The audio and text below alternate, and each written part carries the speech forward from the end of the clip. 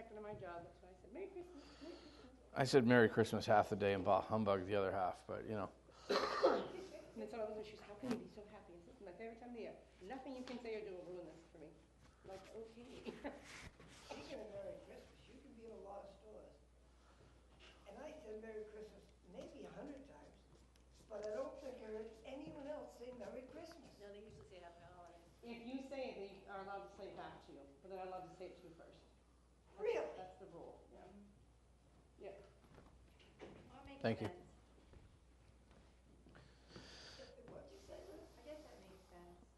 I thought to offend someone. Someone didn't answer me, actually, they didn't answer me. I said, I'm not offended. I don't care what they say, as long as I say them. The stranger thing I saw this week on the news was that, and I don't remember where, it seems like it was out Midwest or Colorado. There's a bunch of wingnuts out there. No. But somebody had actually filed a court case against the school saying that the Christmas songs were bullying them. They were being bullied by being made to sing. Like, just, you know, you people. If you don't like our country, please leave. No, it's all right. We're changing. Yeah, no, I know. Pretty soon I'm not going to like my country and I'm going to leave. I don't know where to. What's that? Shame. A lot of us feel that way. The trouble is there's nowhere to run anymore. No, it's still the greatest country in the world. I don't argue that at all. We're just not as great as we once were. Just because it's the greatest country in the world. Yeah, I know. I'm making political comments and I'm online. Which is two things I don't usually do together. Supposed to go in 3, 2. No, I knew I was on. Steve runs the camera. Oh. Say hi, Steve. Thanks for running the camera. Hi, Steve. I don't know. Chris just left. So if he's on, he's We don't do Google Plus anymore, right? We only do through the live. I think we do the Google in Sunday school. Oh, I thought It doesn't work anymore. Oh, Said it wasn't working or something. we may not be. I'm. Yeah. I've been trying to get my fingers out of stuff that doesn't involve me being on stage because I seem to make a mess of things when I get involved. And I honestly don't have any idea what he does. I tell people all the time, like, you know, small churches can stream live. We do it. It doesn't cost a lot of money. You just need the requisite knowledge. I said, you just need a Chris. You can't have my Chris. You just need a Chris. And seriously, it's not that involved. It's not that expensive. But if you don't know what you're doing, it's just not going to happen. By the way, I gave your business card to the Tri-Siberian Orchestra people last night. Nice. Because they're in town. I said, I'll be around. That would be totally sweet. I said, my pastor would be stoked if you walked in. You have no idea. I mean, it's like if I had a bucket list, which I'm thinking about making one, Trans-Siberian Orchestra would be on there, like the full orchestra at the dunk kind of thing. Christmas Eve Sarajevo is probably one of my absolute favorite Christmas songs. I mean, Carol of the Bells with electric guitar. What could possibly go wrong? These were actually a tribute to them, so it wasn't them. But you can't, honestly, they look so much alike, it's kind of Because we freaky. saw them at the dunk. So Yeah. we Okay. heard them live. But they The did, kids- as a matter of fact, they're in Jersey this afternoon playing at a church for a benefit. And I thought, That would be so cool. so anyways, then they're coming back to... So next year, They're going to be in town next year on November 29th. TSO tribute band playing the pre-service set. It was a packed house last night. It'd be a 10-minute service afterwards. They were phenomenal. I mean, they were phenomenal. I do like their music, and they have non-Christmas music too, which is not Yeah. bad. Kind of, if you like symphonic metal kind of thing, I do. Anyway, yeah, Kate was like, "Yeah, they'll be back next year." I'm like, is that a hint? So, like, if I went up and ordered tickets, you know, I wonder how soon you can order those. The one, I have no clue. Well, actually, they said to last night, go get your tickets now, so I don't know. They were definitely booked for November 29th next year At the Strand, at Woonsocket, yeah. which is a nice little theater. I don't know that I've been inside it, but I've been by it several times. 1946, I believe, when it was built. It's beautiful inside. Well, now she gets into play, you can all come see it. To me, it seems like it has that vibe like the Orpheum over in Foxborough, probably. That Yeah. kind of small, local theater with Broadway prices. Because I guess it just costs money to do things. I don't know. All right. Well, we're on a roll this morning. Have you ever made a promise? I'm going to guess we've probably all been there at some point or another. I guess the first question is, do you keep your promises? I'm going to assume that's a yes. Although, being human myself, I know that's a qualified yes, because there's a few no's. The real question I want to get to this morning is, what's the hardest promise you've ever had to keep?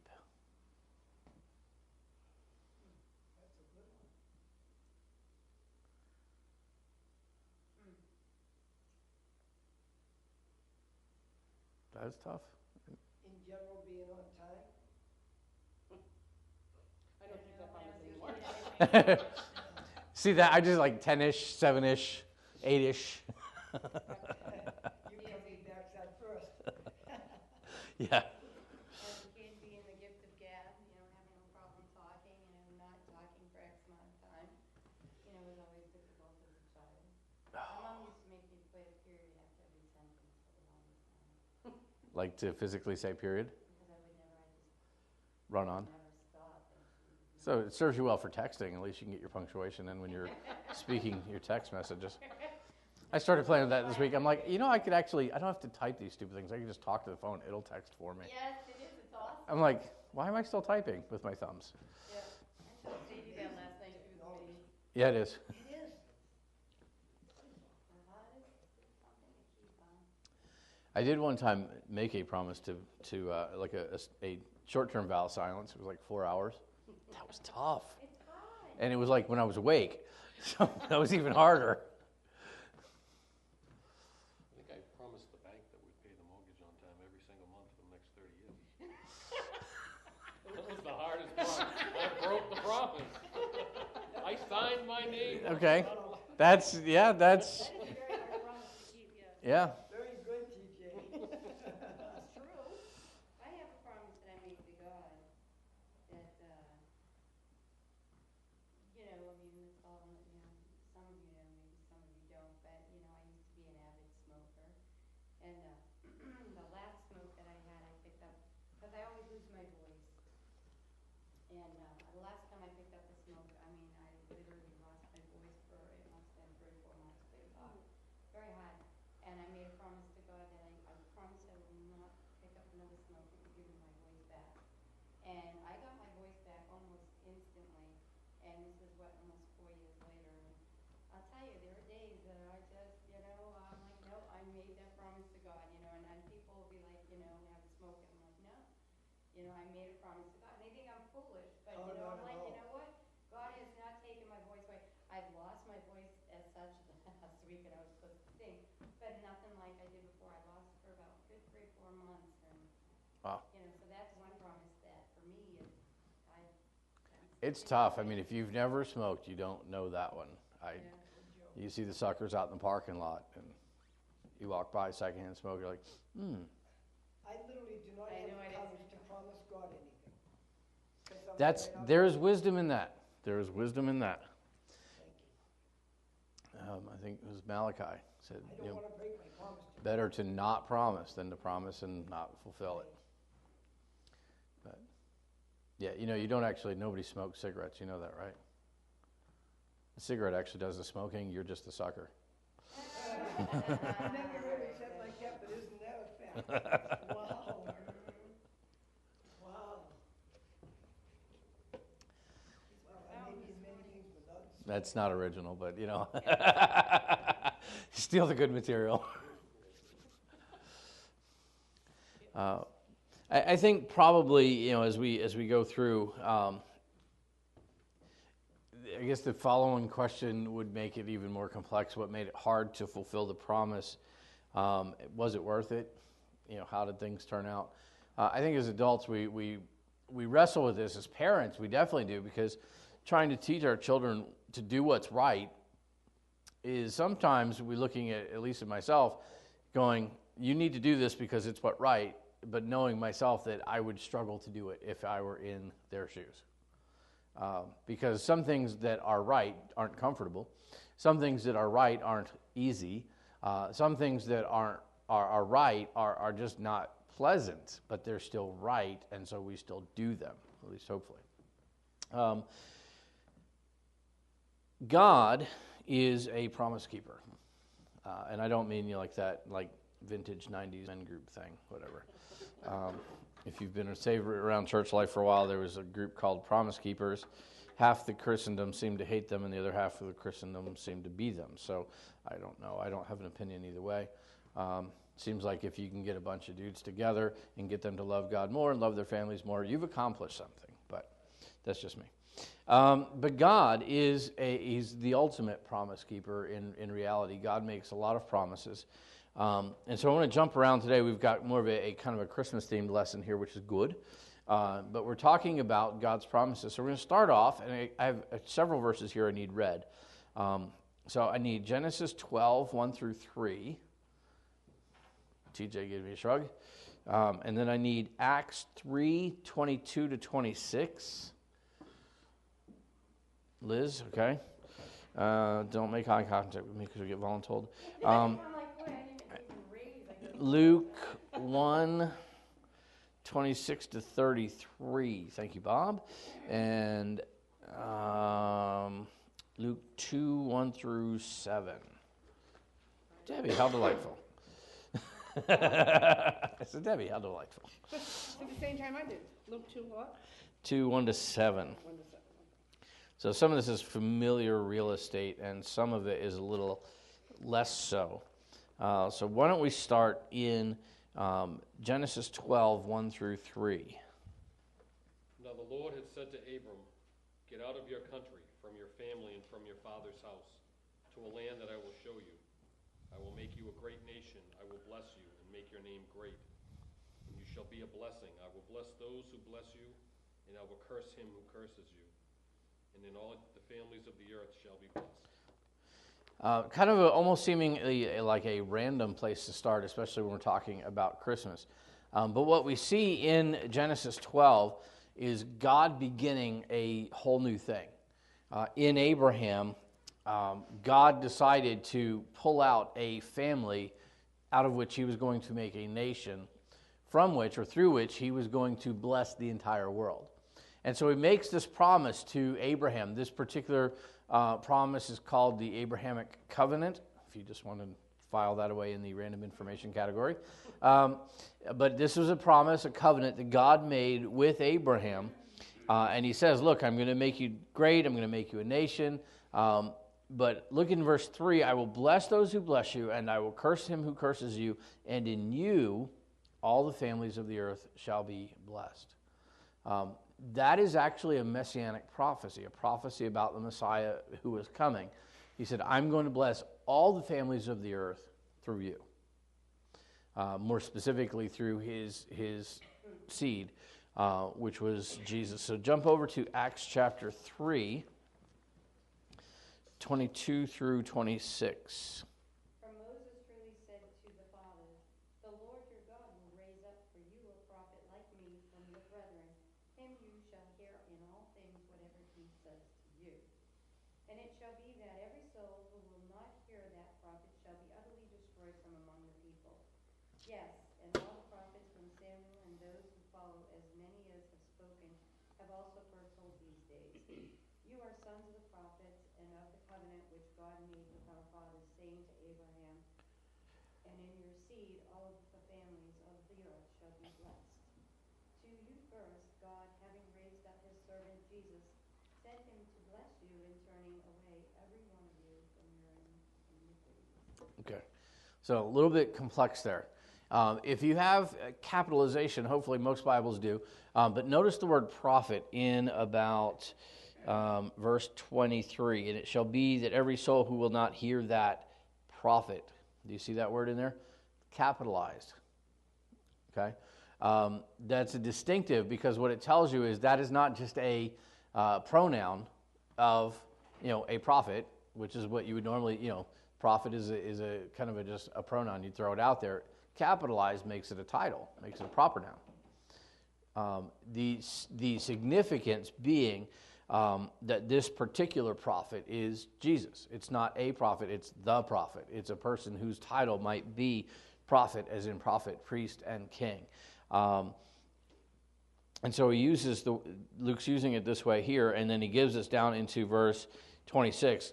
In case we missed it, tells us who he's talking about, that he was talking about Jesus. But he says, look, God worked through the nation of Israel, worked through the Jewish people to bring Jesus, who was going to be the Messiah. And so what we see is that God fulfilled the Old Testament promises. And there's a whole bunch more. We could actually spend hours and hours, literally, going through Old Testament prophecies that were in the Old Testament that Jesus fulfilled. His whole lifetime, if you think about in the New Testament, as you read through the Gospels, how many times do you see the Gospel authors saying, this was done that it might be fulfilled, which was spoken by the prophet? We hear it in the Christmas story. And this was done so that it might be fulfilled, which was spoken by the prophet. That formula is just their constant reminder. Okay, what I'm about to tell you was in direct fulfillment to a prophecy. And so some people knew it, and some of us have to go look it up, but it's all there. He's saying there's a prophecy here that's being fulfilled. There's a prophecy here that's being fulfilled. And so we have that constantly because God fulfills the Old Testament promises that he made. Luke 1, 26 to 33.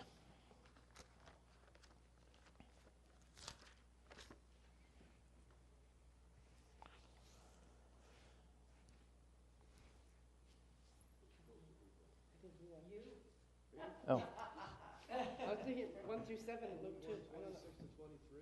1, 26 through 33. And in the 6th month, the angel Gabriel was sent from God into a city of Galilee named Nazareth, to a virgin espoused to a man whose name was Joseph, of the house of David, and the virgin's name was Mary. And the angel came down unto her and said, Hail, thou art highly favored, the Lord is with thee. Blessed art thou among women. And when she saw him, she was troubled at his saying, and cast in her mind what manner of salutation this would be. And the angel said unto her, Fear not, Mary, for thou hast found favor with God. And behold, thou shalt conceive in thy womb, and bring forth a son, and shalt call his name Jesus. He shall be great, and shall be called the Son of the Highest. And the Lord God shall give unto him the throne of his father David. And he shall reign over the house of Jacob forever, and his kingdom, and of his kingdom there shall be no end. Okay. And so we find some detail in this promise that the angel is making to Mary. And then if we flip to chapter 2, verses 1 through 7, we find this promise. Now, this promise isn't very old, but still fulfilled in pretty remarkable detail considering what he had promised.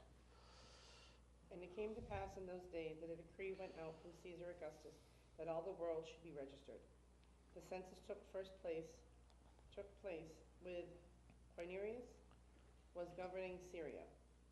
So all went to be registered, everyone to his own city. Joseph went up from Galilee, out of the city of Nazareth to Judea, the city of David, which is called Bethlehem, because he was of the house and the lineage of David, to be registered with Mary, his betrothed wife, who was with child. So it was that while they were there, the days were completed for her to be delivered, and she had brought forth a son, firstborn son, and wrapped him in swaddling clothes, and laid him in a manger, because there was no room for them in the inn. So we see a couple things in here. We see this, and if we were to continue exploring the Christmas story, what we would find is all of the promises that God made to Mary regarding her son, as well as all the promises he made in the Old Testament regarding Messiah and how he would be born and who he was. All of them came true. So God fulfilled the Old Testament promises. God fulfilled the promises that he made through the angel to Mary. And then we see a couple other interesting things in this. First of all, here's an interesting language. She brought forth her firstborn son. Why would you use that kind of a language? Yeah, he wasn't the only born son. Okay. I know it's popular to think that, but he had a whole mess of brothers and a couple sisters. So, Well, when was that written, though? These were all written after. I know it's God's words coming out on Yeah. Luke's pages, but Luke knew that Mary had more. Yeah. Oh, yeah. Because Luke, now what's interesting, if you jump to the beginning of Luke, Luke 1, in his dedication, he says, "Inasmuch as many have taken in hand to set in order a narrative of those things which have been fulfilled among us, just as though who from the beginning were eyewitnesses and ministers of the word delivered them to us, it seemed good to me also, having had perfect understanding of all things from the very first, to write to you an orderly account, most excellent Theophilus, that you may know the certainty of those things in which you were instructed." And this is Luke's dedication, Luke 1 through whatever. And he's writing to a guy named Theophilus, who is his patron, basically. And Luke said, look, I've gone and I have talked to those who were the first-hand witnesses. You read the stuff that Luke writes about, and you get him talking about what Mary was thinking. Well, how did he know that? He talked to Mary. Jesus would have, Luke would have been writing probably 50, 60 AD, give or take. So Mary would have been older, but Jesus' brothers and sisters would have all still been alive in all probability. We do know a couple of them offhand. James, the guy who wrote the book of James, who was the senior pastor of the church at Jerusalem, Jesus' little brother. Jude, who wrote the book of Jude, also Jesus' little brother. And so, we have all this going on. So it's interesting that despite all of the evidence textually in the New Testament that people would say, Jesus was the only born child. It just doesn't fit. And so you can have confidence in what you read. You don't have to.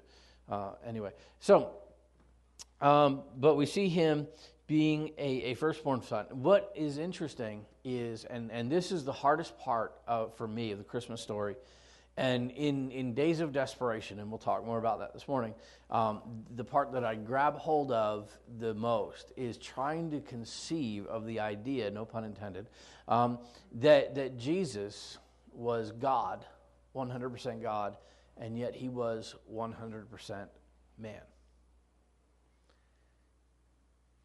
I don't get that. Yeah, I know. I believe it. I don't understand it. Because you get things like, here's the one who created language, yet unable to speak. The hands that hold the universe together, learning to grab hold of his mom's finger. These kinds of things. When you really begin to grab hold of God incarnate in a manger or in his mother's arms, how in the world, learning to walk? He wasn't a genius, he was an average. He was just like us. And the scripture is real clear on that part, that, as a person, as a man, he was 100% human, went through all of the same experiences that we do, like pooping his diaper. Yeah, he went there. All of these things, this is obviously not the part of, the incarnation you think of, and yet it's part of the process, learning a trade, first facial hair. In a guy's life, that's pretty significant. All of these things, he went through. He was 100% human, a real person, a real man. One of the things that I wrestle with is, and Pastor John hit on it as he was here, at what point, if there was a point, did Jesus in his humanity understand that he was also God? Kind of an early, because he was perfect. I'd say around 12. He was I preaching. thought it was an early age that he had been. Well, he was preaching in the temple. Yeah, he was around 12. We know, by then, I have to be about my Father's business. There isn't, but at what point, or is this like two programs running inside his head all the time? The divine program, the human program, and I don't know. I can't wrap my head around that. Did Jesus learning to walk understand that he's God? The obedience part is a crucial part of this. He was so obedient from day one. Yep. Pretty tough. Yeah. a human being, because he was the human being, but he was still obedient, sinless. Right. And without sin, and we think about his temptation starting in the wilderness, and yet our temptations in life don't start that late. Our temptations start kind of at birth. I look at my little kids, and I've had 6 of them go through diapers. Thank God we're down to 1 in diapers. But, I look at all of my kids, and as cute as they are, and they are cute, they're sinners. There's no way around it.